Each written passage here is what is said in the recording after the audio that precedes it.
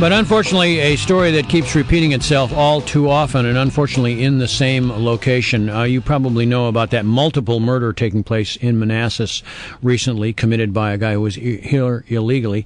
The chairman of the Prince William County Board of Supervisors, Corey Stewart, issued the following press release. He said, since August of 2010, when illegal alien and convicted criminal Carlos Montano killed Benedictine nun Sister Denise Mosier, the Prince William County Board of Supervisors has been asking Homeland Security to release the names of about 3,000 illegal aliens that Prince William authorities have handed over to ICE. Just recently as today, federal officials have refused to turn over this information, and now 3 more people are dead. Corey Stewart joins us now. Mr. Chairman, good morning. Good morning to you. I understand that the board has decided to take some action. Can you explain what that is?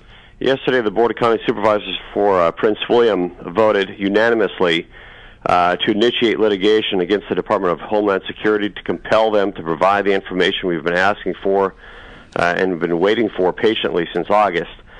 The second thing is that we're calling upon the House Judiciary Committee as well as the House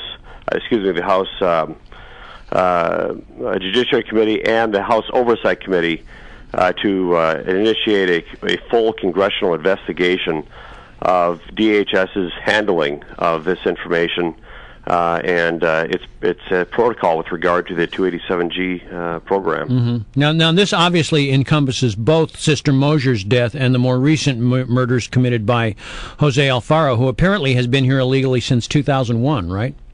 That's right. He's been here since 2001.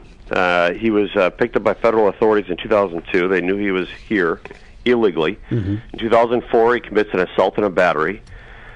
He's released. 2008, it's drunk in public. Again, he's released.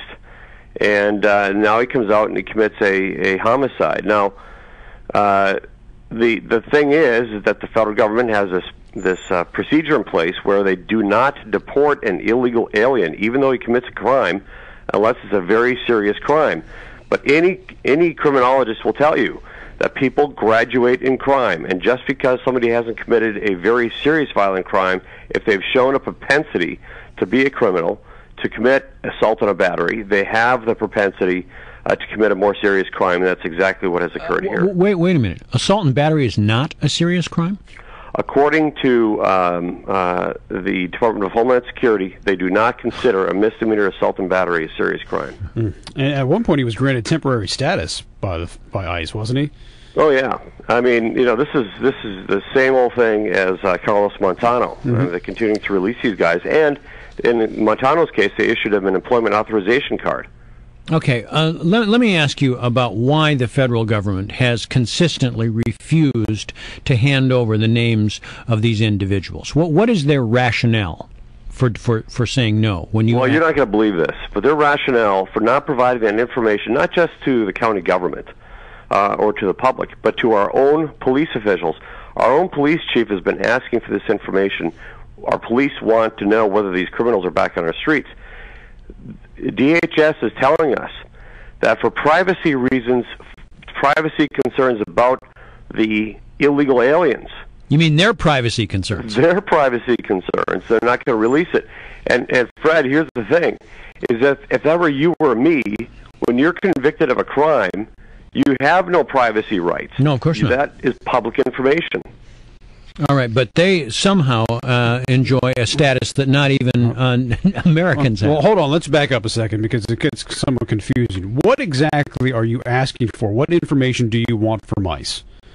Well, what the information we want is the whereabouts, the disposition of the 3,000 illegal aliens that we have handed over to them since July of 2007. People who have been arrested in your county, who you then hand over that information to ICE or hand over them in custody to ICE. You want to know their whereabouts?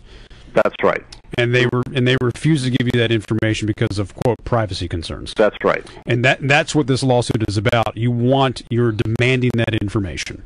That is correct. Okay. Now, I also noticed that at the state level, Delegate Jackson Miller is trying to introduce a bill that would allow state police to enforce immigration laws under ICE. Are you guys supporting that? Is that something that's going on while you are making this effort to the federal government? Well, they already have that power. Okay. I don't think that does very much. I appreciate Jackson's. I mean, if anybody down there knows what they're doing on illegal immigration, it's Jackson. He